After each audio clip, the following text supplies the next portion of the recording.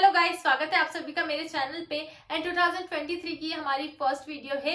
नया साल है तो सबसे पहले हैप्पी न्यू ईयर आप सभी लोगों को। लेकिन आप सोचेंगे कि हमारा तो यार वही पुराना वाला काम है, पढ़ते जाओ पढ़ते जाओ पढ़ते जाओ। तो देखो, सभी को पता है कि ऑडिट जो है वो एक ऐसा सब्जेक्ट है जिससे हर किसी को डर लगता है। सबसे पहले जैसे कोई ऑडिट सब्जेक्ट को उठाता है ना, तो सबसे पहले उसकी क्वेरी जो आती है उसके माइंड में वो यही आती है कि आखिर हमें इस सब्जेक्ट को कैसे पढ़ना है, हम लोग ना इसको ऐसे कैसे पढ़ें कि हमारे जो है एटलीस्ट पासिंग मार्क्स तो आ ही जाए। क्योंकि आपको पता है कि ऑडिट में ना 40 मार्क्स लाना भी बहुत ही एकदम ऐसा काम होता है कि जो कि नेक्स्ट टू इम्पॉसिबल टाइप सा लगता है कि यार बहुत टफ है, बहुत टफ है। तो आज इस वीडियो में मैं आपको जो टिप्स देने वाली हूँ वो आपकी प्रिपरेशन में बहुत ही ज्यादा हेल्पफुल होने वाली है। और आप अगर इन टिप्स को अच्छे से फॉलो कर लेते हैं तो आपकी पास होने की गारंटी तो हो ही जाएगी। देखो, मैं ये नहीं कह रही हूँ, जैसे मैं आपको बाद में एफआर में या फिर एसएफएम में मैंने जो वीडियोस बनाई थी उसमें आपने देखा होगा, मैंने बोला था कि आप उनको अगर जो टिप्स मैंने बताई है उनको अगर आप फॉलो करते हो तो देखो आप लोगों की जो है आपकी एग्जाम्शन आ जाएगी।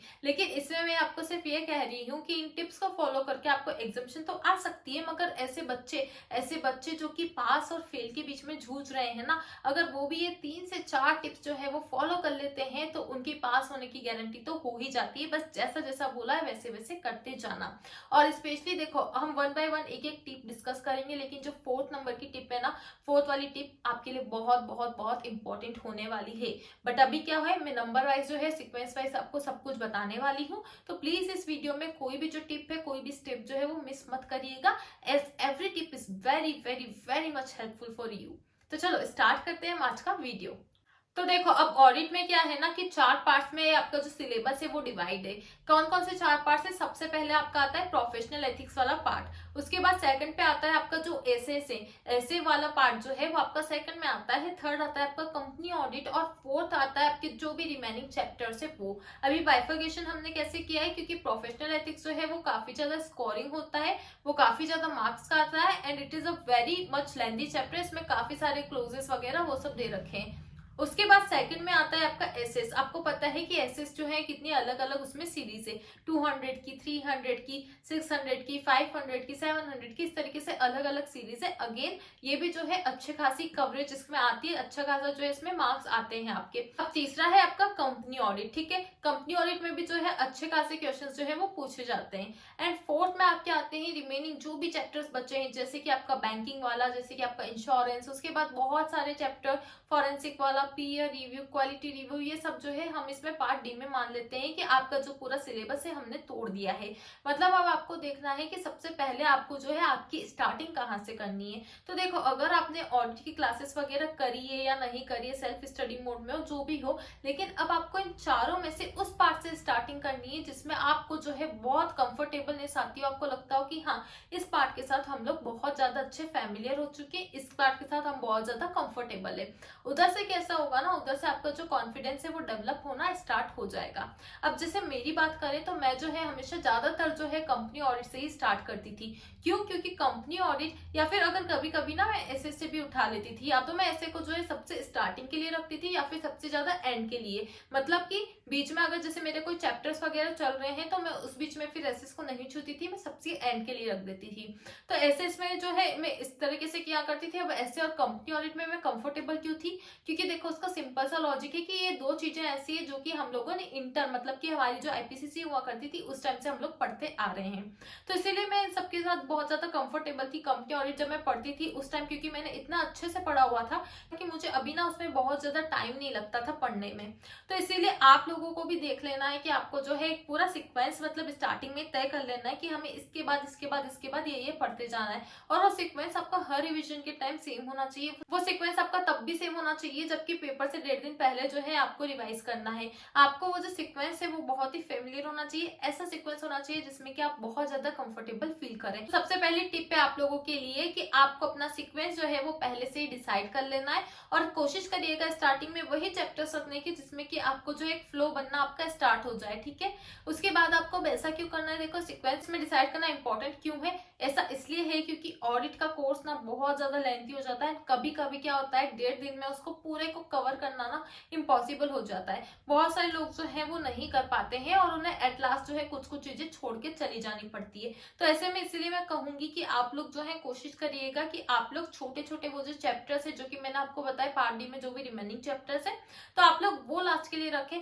ऐसा ना हो कि आपका जो बड़ा बड़े ये जो कवरेज वाले चैप्टर है, जैसे कि आपका पीई हो गया, मतलब प्रोफेशनल एथिक्स, आपका ऐसे हो गया, आपका कंपनी ऑडिट हो गया, ये ना काफी ज्यादा स्कोरिंग चैप्टर है, ठीक है। तो आपका ये जो है आपका ये पार्ट लास्ट के लिए मत रखना, अदरवाइज वो छूट जाएगा। अब बात करते हैं हमारे नेक्स्ट पॉइंट की। तो हमारा सेकंड पॉइंट बोलता है आपको कि आपको जो समरी चार्ट है वो हमेशा बनाने, स्पेशली आपके अगर एसएस वगैरह के इन सब चीजों के अगर आपके पास चार्ट होंगे, समरीज होंगी ना, तो आपके पास बहुत ही ज्यादा इंपॉर्टेंट वो रहेगा। आप लोगों को कवर करने में काफी ज्यादा वो इजी हो जाएगा। देखो कंपनी ऑडिट वगैरह एक बार के लिए फिर भी बुक से पढ़ना थोड़ा सा इजीली हो जाता है, मगर अगर बात करें हमारे एसएस वगैरह की तो इतने इतने लेंदी हो जाते हैं, क्योंकि आपको पता है 200 में कितने सारे एसएस है, 500 में कितने सारे एसएस है, और मेरी मानो तो यार कोई नहीं प्रेडिक्ट कर सकता है कि कौन सा कभी आएगा कभी नहीं आएगा। तो वो जो है कि इंपॉर्टेंट कुछ लिस्ट बता देते हैं। देखो वो तो पेपर सेट नहीं कर रहे हैं, आप लोगों को समझना पड़ेगा कि मैं ये नहीं कह रही हूँ कि आप लोग जो है उनको फॉलो मत करो या जो भी, ठीक है, बट देखो वो लोग अपना काम कर रहे हैं, आपको अपना काम करना है। मेरा तो हमेशा सा रहा है कि मैंने हमेशा कोशिश करी है कि मैं 100% जो है 100% कवरेज सिलेबस का करके ही जाऊं एग्जाम के 1.5 दिन में। हाँ ठीक है, कभी कभी कुछ बच जाए गलती से तो वो अलग बात होती है, बट कभी इस तरीके से मैंने प्रिफर नहीं किया कि मैं ऐसे जो है वो इंटेंशनली छोड़ रही हूँ या जो भी। तो आप लोग भी प्लीज जो है शुरू से देखना क्या करना है, आपको चार्ट्स बनाते हुए चलना है, समरी नोट्स बना लो, चार्ट्स बना लो, छोटे छोटे, मतलब कि जो आपके एसेस है वो एक एक पेज में आ जाए, एक एक पेज में एक एक ऐसे। आप बोलोगे कि ऐसे काफी सारे जो है चार्ट्स वगैरह नोट्स वगैरह ये सब ऑलरेडी मिल ही जाते हैं। तो देखो अगर मिल जाते हैं अच्छी बात है, तो उसमें एक चीज आपको ये नोटिस करनी है कि क्या उसमें 100% जो कवरेज है क्या वो मिल पा रहा है क्या। अगर आपको 100% कवरेज मिल रहा है तो आप उन्हें रेफर करिए, और अगर आपके पास थोड़ा सा भी एक्स्ट्रा टाइम हो तो कोशिश करिएगा कि आप जो है खुद के हाथों से वो चीजें प्रिपेयर कर सको, क्योंकि लिटरली हैंडमेड नोट से अच्छा कुछ और सोर्स हो ही नहीं सकता है।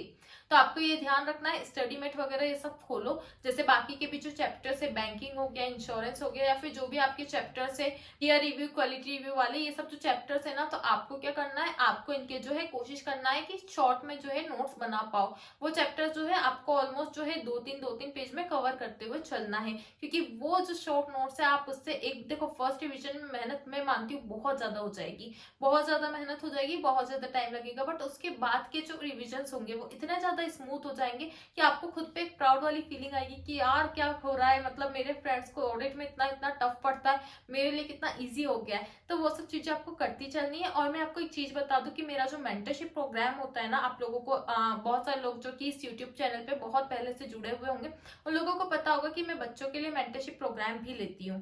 तो मेरा जो मेंटरशिप प्रोग्राम होता है उसमें मैं इस तरीके से चार्ट्स और समरी नोट्स ये सब बच्चों को प्रोवाइड करती रहती हूँ।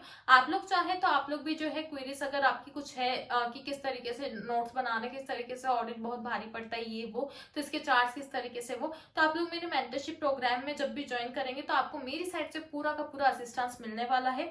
हम लोग उसके लिए एक वेबसाइट भी लॉन्च कर रहे हैं ultramentus.com नाम की, जो कि अभी जनवरी में मिड ऑफ द मंथ में लॉन्च हो जाएगी। और उस वेबसाइट पे बहुत सारे जो है आपको मेरी नोट्स वगैरह वो सब भी वहां पे अवेलेबल करवाने की कोशिश करूंगी। काफी सारे जो है आपके काम की वीडियोस होंगे, और मतलब एक सरप्राइज होगा वो, एकदम फुल वाला एकदम सरप्राइज होगा वो वेबसाइट, क्योंकि इसमें सिर्फ मेंटरशिप प्रोग्राम नहीं बल्कि काफी सारी अच्छी अच्छी चीजें आपको मिलेंगी। तो आप लोग वो चेक कर सकते हैं। अगर आप लोग जो है जनवरी में आई थिंक 15 के बाद या फिर जब भी आप लोग ये वीडियो देखेंगे ना, तो आपको उस वेबसाइट का जो लिंक है वो मेरे डिस्क्रिप्शन बॉक्स में मिल जाएगा। मैं सारी वीडियोस के डिस्क्रिप्शन में उसको लिंक को अपडेट कर दूंगी। अब उससे पहले भी अगर आपको मेरी मेंटरशिप प्रोग्राम के बारे में जानकारी चाहिए, क्योंकि देखो मैंने लिटरली अगर आप टेस्टिमोनियल्स वगैरह पढ़ोगे, जो कि मैं अक्सर शेयर करती रहती हूँ या फिर कर दूंगी कम्युनिटी टेब वगैरह पे, आप लोग टेस्टिमोनियल्स पढ़ोगे मतलब बच्चों को ना एकदम मजा आ जाता है उस मेंटरशिप प्रोग्राम के बाद। आप लोगों के लिए मैं डिस्क्रिप्शन बॉक्स में मेरा लिंक्डइन का जो लिंक है वो छोड़ दूंगी, मेरा मेल आईडी छोड़ दूंगी। आप बस उसमें लिख सकते हो, आप जो अपना सब्जेक्ट डालोगे तो उसमें लिख सकते हो कि मेंटरशिप इंक्वायरी इस तरीके से, और आप जो अपनी क्वेरी की क्या क्या प्रोग्राम स्ट्रक्चर है, क्या क्या फीचर्स रहेंगे, वो सारी चीजें देखो वेबसाइट में तो आपको दिखी जाएंगी, बट अगर वेबसाइट से पहले आप लोगों को एक जानकारी प्राप्त करनी है तो आप लोग मुझे वहां पे मैसेज कर सकते हो। चलो आ जाते हैं हमारे नेक्स्ट टिप पे। पे देखो, मैंने फर्स्ट टिप बताया आपको कि सीक्वेंस आपको अरेंज करके रखना है। सेकंड बताया आपको कि उसी सीक्वेंस के अकॉर्डिंग जो है आपको हैंडमेड नोट्स भी बनाने हैं, समरी होने चाहिए। वो ऐसा नहीं कि आप जो पूरे चैप्टर को है बड़े बड़े 8, 7, 8, 10 पेज में आप उतार रहे हो तो फिर कोई मीनिंग नहीं रह जाएगा इतना ज्यादा उसको स्ट्रेच करने का। तो क्या ये छोटे इतने बड़े चैप्टर जो है क्या वो इतने छोटे छोटे 1, 2, 2, 3 पेज में क्या इस तरीके से पॉसिबल हो पाते हैं? तो मैंने जैसा उसका बताया कि मेरे मेंटरशिप प्रोग्राम वगैरह में मैं करवाती हूँ बच्चों को लिटरली इस तरीके के नोट्स वगैरह वो सब बनवाती हूँ। तो बिल्कुल पॉसिबल है, आप लोग भी अगर खुद से चाहे करना तो कर सकते हो। अदरवाइज वेबसाइट एक बार लॉन्च हो जाएगी तो उसके बाद मुझे थोड़ा सा देखना पड़ेगा कि क्या अगर उसके फ्री रिसोर्सेज में मुझे वो नोट्स वगैरह जो है वो प्रोवाइड करवाना चाहिए। तो आप लोग कमेंट्स में मुझे बताइएगा अगर आपको नोट्स चाहिए तो। अगर कमेंट्स आए आप मेरे इस वीडियो में, खूब सारे कमेंट्स अगर आप लोग करते हैं तो मैं जरूर जो है वो वहां पे अपडेट कर दूंगी। तो आप लोग मुझे वो बताना, और अगर जैसे वेबसाइट लॉन्च होगी तो आप लोग उस वेबसाइट से जुड़े रहिएगा तो आपको काफी सारी वहां पे जानकारी और फ्री नोट्स जो है वो आपको वहां मिलते रहेंगे। अब बात करते हैं हमारे थर्ड पॉइंट की। तो थर्ड पॉइंट में आपको क्या करना है ना कि क्योंकि यहाँ पे इतने सारे जो है आपके बहुत सारे क्वेश्चंस वगैरह रहेंगे थ्योरी में, स्पेशली बहुत ज्यादा ऐसे समझ में नहीं आता है कोई क्वेश्चन का कौन सा आंसर, मतलब बहुत ज्यादा कंफ्यूजिंग पार्ट हो जाता है। तो उन सब चीजों को याद करने के लिए आपको जो है मेमोरी टेक्निक्स बनाती चलनी है। देखो, आपके टीचर्स ने मेमोरी टेक्निक किसी पॉइंट ही बताई है, बहुत अच्छी बात है। बाकी आप लोग खुद को भी जो है अपना दिमाग जो है थोड़ा सा चालू रखना है, थोड़ा सा अच्छा आपका ग्रेस्पिंग पावर रखना है, और अपने खुद को जो अपने अकॉर्डिंग क्रिएटिविटी लेवल दिखाते हुए कुछ ना कुछ अपने हिसाब से मेमोरी टेक्निक्स बनानी है। उससे क्या हो जाएगा ना, आपको और ज्यादा अच्छे से रिवाइज होने लगेगा। तो आप लोग क्या कर सकते हैं, आप लोग मेमोरी टेक्निक्स जितनी हो सके उतनी अच्छी यूज करिए, और कोशिश करिएगा कि अच्छी अच्छी कुछ ना कुछ इस तरीके की बनाए कि वो आपको बहुत ज्यादा टफ नहीं पड़े। ऐसा ना हो कि पॉइंट्स याद करने से ज्यादा तो आप जो एफर्ट से वो मेमोरी टेक्निक याद करने में लगा। तो ऐसी मेमोरी टेक्निक्स नहीं बनानी है, बहुत ही इजी बनानी है। इसलिए मैं बोल रही हूँ मेमोरी टेक्निक्स की, क्योंकि आपको जो है उससे पॉइंट्स वगैरह याद हो जाएंगे, और पॉइंट्स अगर आपको याद होंगे तो अंदर का कंटेंट तो जो है वो आप खुद से भी लिख सकते हो। बात करते हैं हमारे फोर्थ पॉइंट की। फोर्थ पॉइंट जो है मैंने पहले ही स्टार्टिंग में बोला था, बहुत ज्यादा इंपॉर्टेंट है, बहुत बहुत बहुत ही ज्यादा इंपॉर्टेंट है। तो वो क्या है, वो है आपके कीवर्ड्स याद करना। आपको देखो यहाँ पे क्या होता है, लॉ का जब पेपर आता है ना, लॉ के पेपर में क्या होता है कि आप उसके आंसर्स जो है वो अपनी लैंग्वेज में भी लिख सकते हो। लाइक उसमें आता है केस स्टडी बेस्ड या फिर जो भी क्वेश्चंस आते हैं, अगर आप उसमें जो सेक्शंस है, सेक्शंस क्या बोल रहा है आपको उसको थोड़ी सी अपनी लैंग्वेज में भी कोट कर दोगे ना, और मीनिंग जो है वो सेम ही निकल रहा होगा, तो आपको उसमें मार्क्स जो है वो मिल जाएंगे।